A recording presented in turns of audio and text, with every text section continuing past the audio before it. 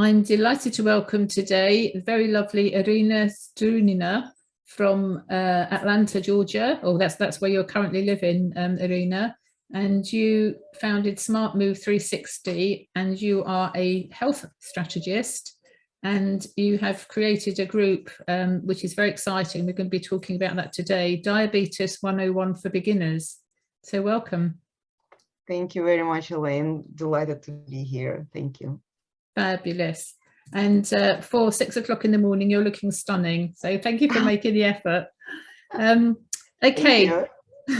So you're in Atlanta. You came from Russia originally. How long have you been in America?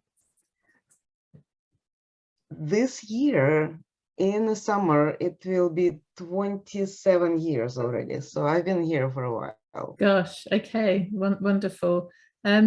So you, where are we? Diabetes 101 for Beginners. Tell us about that. Why did you create that group? Well, answer to this question could be very short and could be pretty long. The long answer will be like the whole story of my 27 years in America. So which one would you prefer? Let's have the long one, because I've heard it, and I know it's very interesting, and I know you will be, as you share it, you'll be inspiring some of the listeners. So let's go for it. Okay.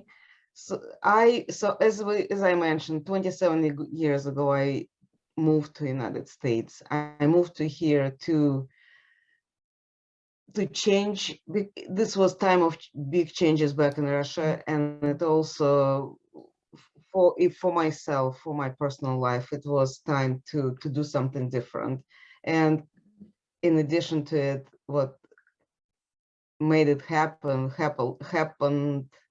at the same time. I met with a guy, so we decided for me to come to the United States, try to work together and see how it will work out. Well, it worked out that we become married and we had kids, so we become a family. And this guy, this husband of mine, he was the entrepreneur and very busy and very successful in his field. Very busy, as I said. So with the schedule that he had, with the travel that he had, with the stress that he had, because solopreneur, being person who is managing everything for yourself, it's pretty stressful.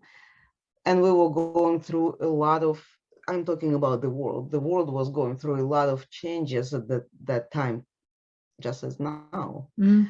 So we were talking about the e-burst bubble, we were talking about terrorist attack on 9/11, and we were talking about different other economical and political changes that were happening. As a result, he got diagnosed with type 2 diabetes. And that changed quite a bit in our life because we had to adapt. And I, as a caregiver for 2 of our kids and him, was trying to learn more as much as I could, but it still was 2003 when Google wasn't as popular, let's say. It was already existing, but really nobody were using it the way how we use it right now. So most of our information we were gathering from books, from magazines, from different brochures that we would pick up from doctor's office and things like that. Nobody took away the stress, and information was pretty limited. This was what you have to do. The psychological, the mental issues were not discussed at all. And I didn't know much about it personally because I've heard about diabetes. We all heard about diabetes. We know that this is diagnosis. We know that it's somehow related to sugar, but that's about it. As much as I would like to know about it, wanted to know about it, I also wanted to know what to feed to my babies and how to make sure that they're healthy and how to make sure that my husband is healthy. So this was very challenging time just to manage all this information and time and business too, because I've been working with him as a manager in his office and travel agent and, accountant, all of these hats.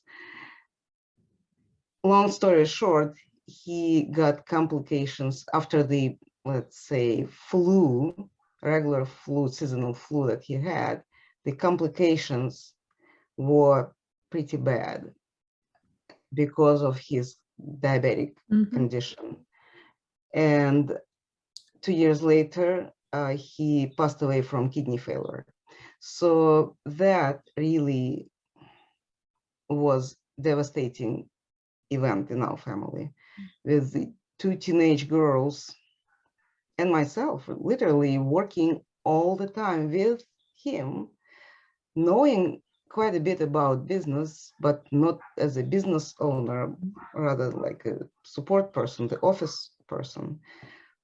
I had to do something. So the first thing I started doing was what I knew, how to cook for sick people. So I started working as a cooking coach in a company that was teaching people how to cook in a healthy way, how to make sure that food that you prepare is healthy, that is helping you to manage whatever health condition you might have, rather than hurting you further and bringing more damage to your body.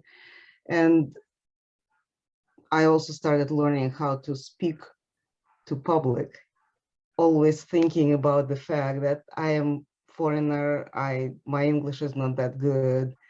I probably need to improve my ability to speak. So I started working on my public speaking abilities.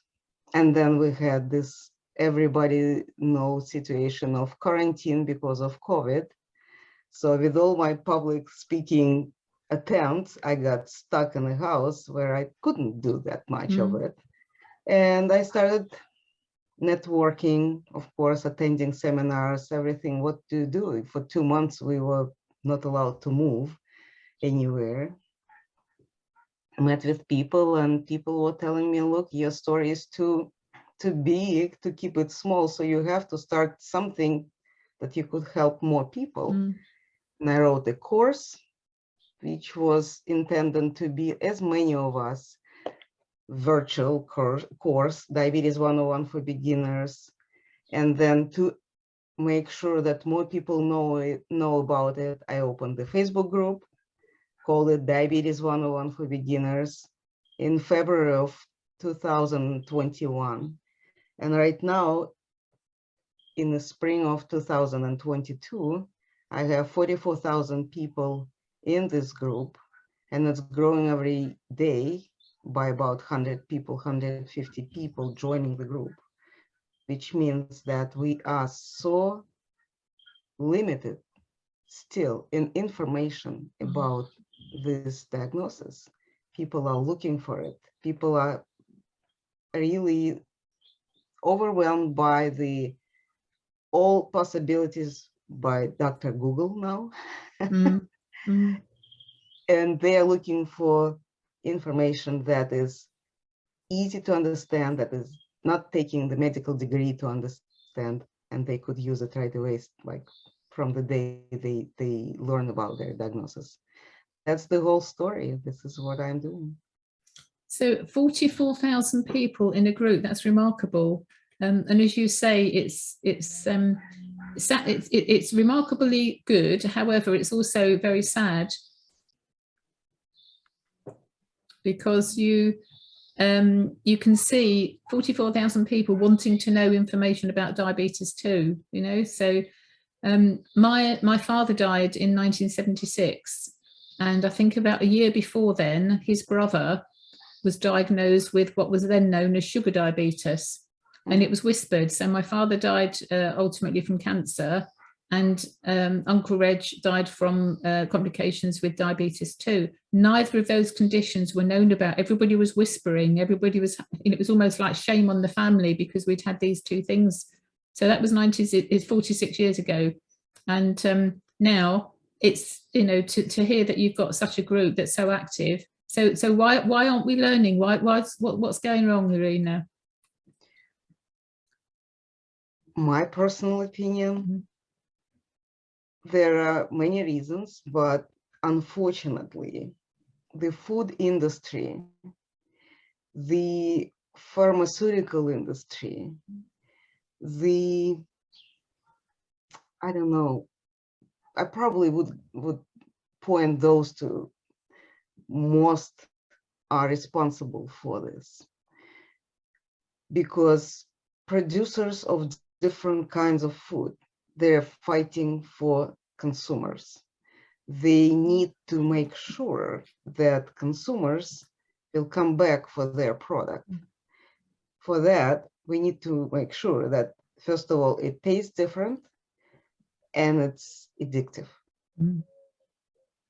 And as we lately learn from documentaries already, there are a lot of studies and very enthusiastic people that put together several documentary and movies that are talking about the dangers of sugar. And right now, if you take from the shelf in the store almost any product and you look at the ingredients, there will be sugar. If it says no sugar, most likely there is sugar substitute. So it doesn't have name sugar, but it's something that replaces it. Sometimes it's something organic, sometimes it's not, sometimes it's chemical or it's alcohol, but it's there.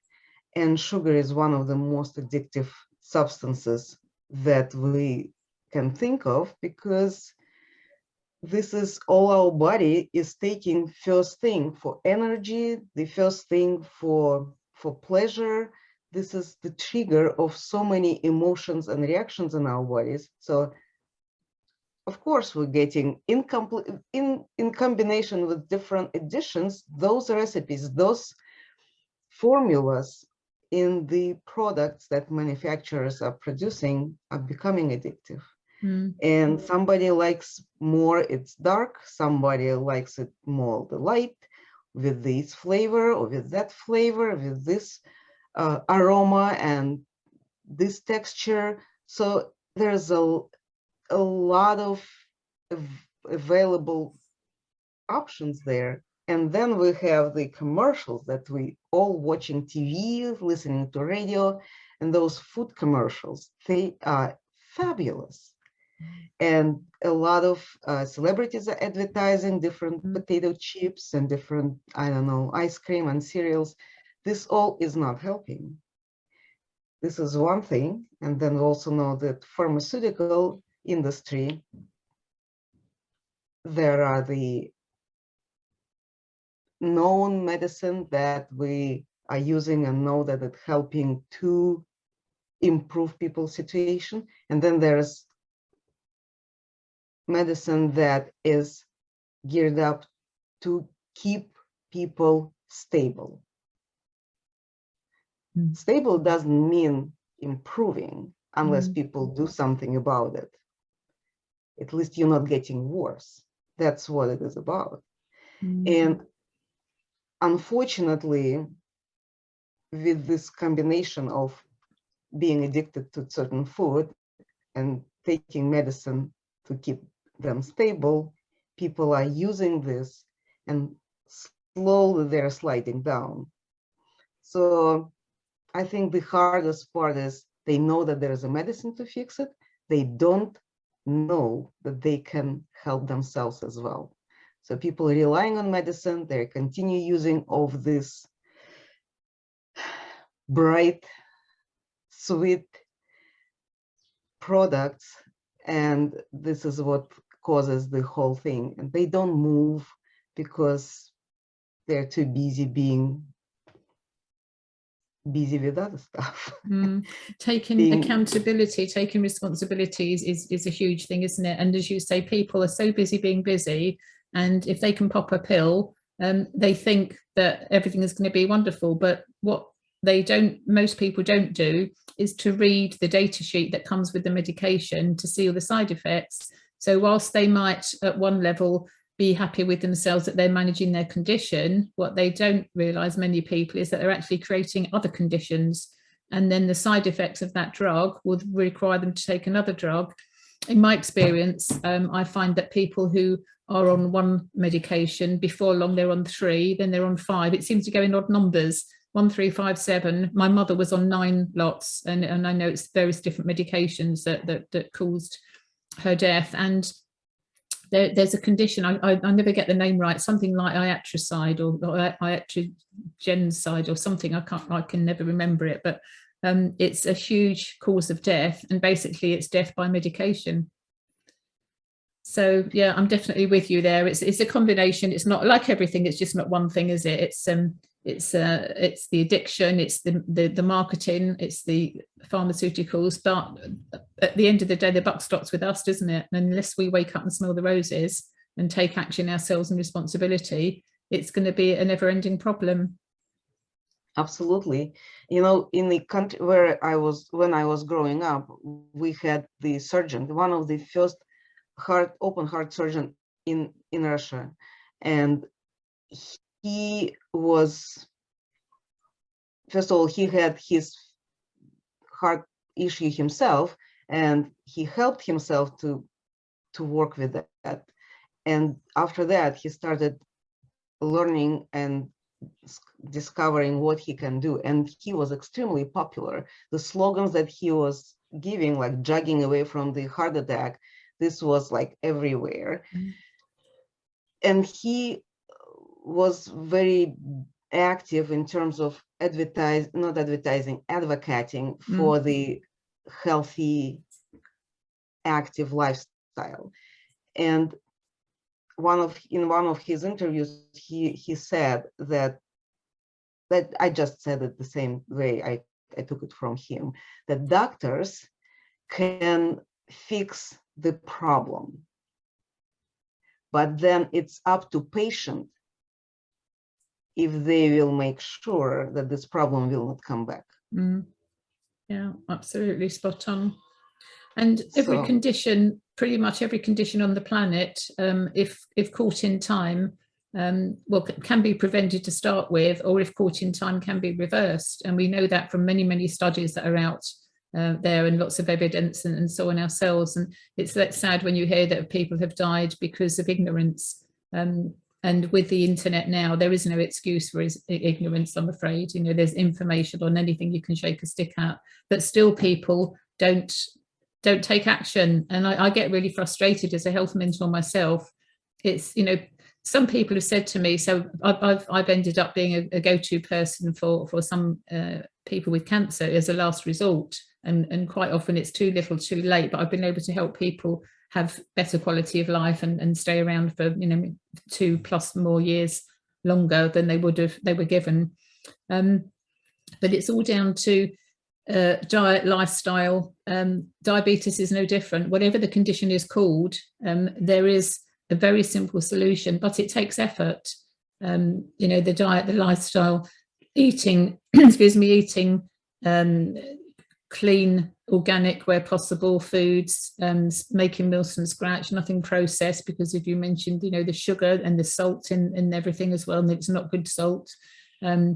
There's all kinds of nasty things. And I'm a great believer in growing your own. Having said that, I don't do that. I'm lucky enough to live near a very good market, so I can't be doing with all the effort. So it's a case of working out what fits with our lifestyle, isn't it? What we've got around, what fits with our lifestyle and our budget, of course. So what would be the top tips for people? Maybe they've been newly diagnosed with diabetes too. How would you guide people to make a difference to themselves? First of all, I wanted to let everybody know, and you pointed out today that years ago, people used to whisper that they have this, such a stigma about this. And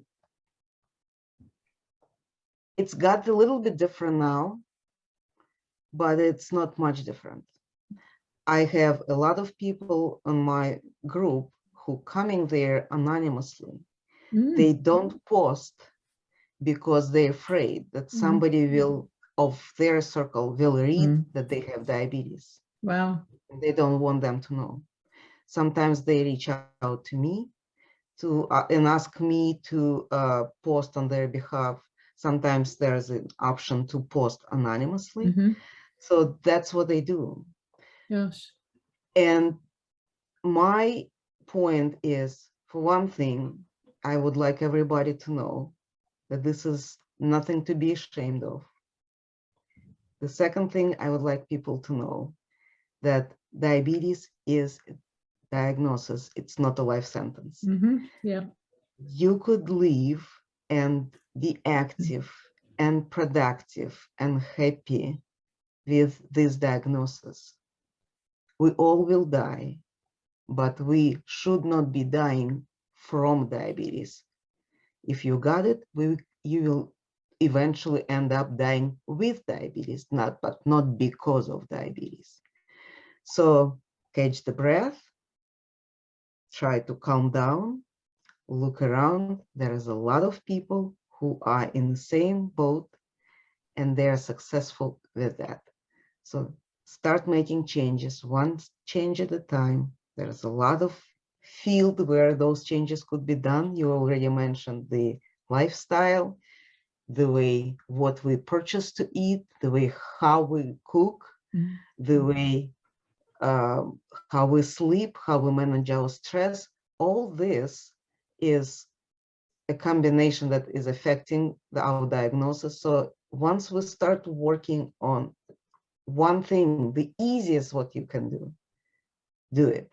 We all know what is wrong, what we need to change, but we don't take effort to change that. I couldn't say that I'm addicted, but I spend too much time in front of the computer. I should go to bed sooner, earlier. And I'm trying to be more effective on it. Slowly but surely, I'm not going to bed at 2 a.m. I'm going to bed at midnight. I should be doing a better job, but I'm working on it. Similar thing that people can do for themselves, one step at a time. Once you establish that, once you like, okay, I noticed I can drink that glass of water every day. Let me see if I could squeeze in the second one. This will be the second step. So it's not permanent. Well, it's pretty much like permanent, but it's totally manageable. Don't wait to start changes, and one change at a time, and you'll be in a much better place health-wise. Are you aware of people who have reverse diabetes? A lot of times, well, at least once weekly, somebody in my group posting the successful story. They were diagnosed, and then something happened. For some people, just the fact of being diagnosed is already a big enough event to start making changes. For some people, they got diagnosed, they were struggling with that for a while, and then something happened in their life and they decided to make changes. One way or another, once they decided, and they become their own police, their own stick that they were using to keep themselves on track, they will get results pretty quickly, results that they were looking for. Somebody needed to lose weight, somebody needed to stabilize their, the emotions, somebody needed to sleep longer. So something that they needed to get, they started using it, and they noticed that once they started sleeping longer, the weight started going away easier, their blood test results started improving, and that's inspiring. So they continue doing it, adding a little bit here and there, changing their lifestyle step by step, not like right away. Continued improving, and then those stories are the glorious stories when people say, I started from this, and they post the picture with these numbers, they put the numbers of their blood work, and now 6 months later, 8 months later, whatever time it took, look at me, or somebody, maybe it's 2 years. I didn't do this very strictly, but I continued working on it. And look at me 2 years later, this is my picture. I am capable of running, 5 kilometers without any, stopping. I can enjoy these and those activities. I feel much better. I sleep better. I am so active at work. I got promotions. So all this people are regularly posting. It doesn't mean that they got rid of diabetes. If they come back to the lifestyle they used to have, diabetes will be back. But they already enjoying this new themselves so much that they're afraid to slip away, and they're afraid of doing anything differently because they enjoying what they have. If I know that, say, bell pepper causes me stomach ache, I just don't eat bell pepper. Doesn't matter how much I like it. Yeah. I avoid it because it hurts. Same thing with people who got their results. They know how much better they are now in their, say, 40s than when they were in their 20s. They don't want to go back to that. They want to stay here. They want to improve on it. So this is happening every week. Brilliant, brilliant, brilliant. Really satisfying to hear. Tell us about the conference. You mentioned that you're putting on a conference. So tell us about that. So when is the conference, Irina? This is the health fair, and this is going to be on March 26th, and we will have like 6 hours dedicated to educating, to bringing information to people who were recently diagnosed, or who know of somebody. You don't have to be the patient. You don't have to have diagnosis to participate in this health fair. It's virtual health fair. You may be knowing someone who was diagnosed and you want to see how you can help this person. You maybe have family history and you concerned that this may be. What happened? Are we still on? Yes, yeah, we're fine. Yeah. So, and you may be concerned about what if you will get the same diagnosis, and you want to educate more to avoid it. So anybody who would like to participate and listen, we are inviting doctors, we're inviting healthcare professionals, I call them support people, people who are not necessarily doctors, but these are health coaches, there are personal trainers, there are dietitians, there are life coaches, people who have helped already many people to lose weight, to stabilize their physical condition, to stabilize their emotional condition. Different, as I said, there's many different approaches how you can start helping yourself. Nobody is chained to just one particular way. We all have different medical history, family history, and we need individual approach to all of us. But this is what this whole health fair is about, to bring a wealth of information for people to learn and see how they can start implementing it in their own lives. Unfortunately, the situation where even in America, when people get their diagnosis, they are not necessarily have immediate access to doctors, to information, because of different reasons. They maybe live in such a rural area where the doctor is available only like once a week or once a month, or they have to travel 2 hours towards the clinic to see the doctor. Sometimes the internet is not that stable and Dr. Google is not available. So different reasons, people people don't have immediate access to the information. And here what we're putting together is not the discovery in depth of one particular issue. It's information that people need to know right away. As unfortunately, health education at school and for general public is limited, and nobody wants to learn about the disease when I am in great health. But to be warned about it is a great idea. It could be turned around in such a way that we could learn about great health and know about different dangers that are waiting for us if we don't follow the rules of supporting great health. So this information is very basic to give to people who are looking for it, and also to introduce to what they need to know.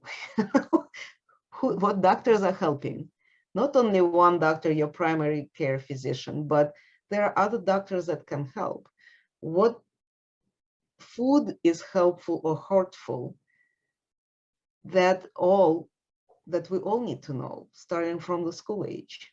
That's Absolutely. what this health fair is about. Just like, this is virtual health fair, but you've heard about the health fairs before the COVID, when we had on every corner some health fairs. And when you go there, you not only learn about the healthy cookies, but you also learn about the massage therapy, you learn about the insurance, you learn about financial resources that people are not aware of. So this is all, I don't touch that part. We're talking only about health and first help, but this is something that we all not kind of lacking of education in.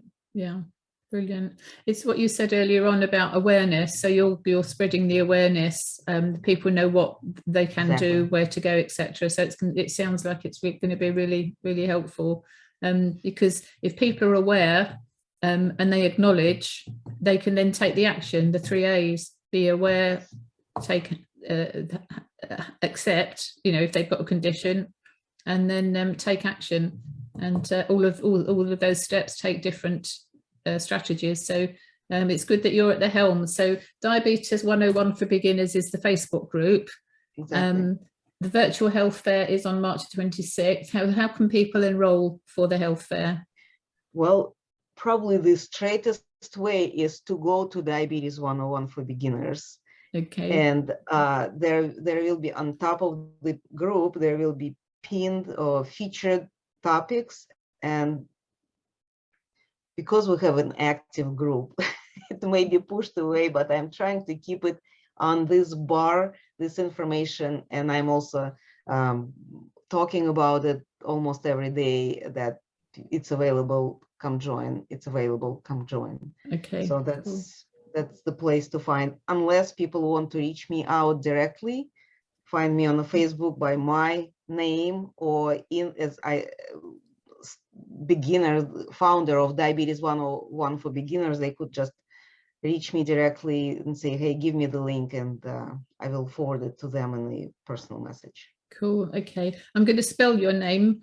It's Irina, Irina Strunina, Strunina.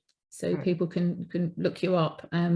But Diabetes 101 for Beginners, thank you so much for your time today, Irina. I wish you the best of luck with the health fair, and I look forward to speaking at it as well. It's going to be a very exciting day. Thank you very much, Elaine. It was a pleasure being here, and thank you for helping me to spread the word. Thank you. Most welcome. I think we have a duty. It's almost like we can't not, can we? When we have health information, we have a personal duty to share it, and we're rising to the challenge. Take care, Irina. Thank you. Thank you.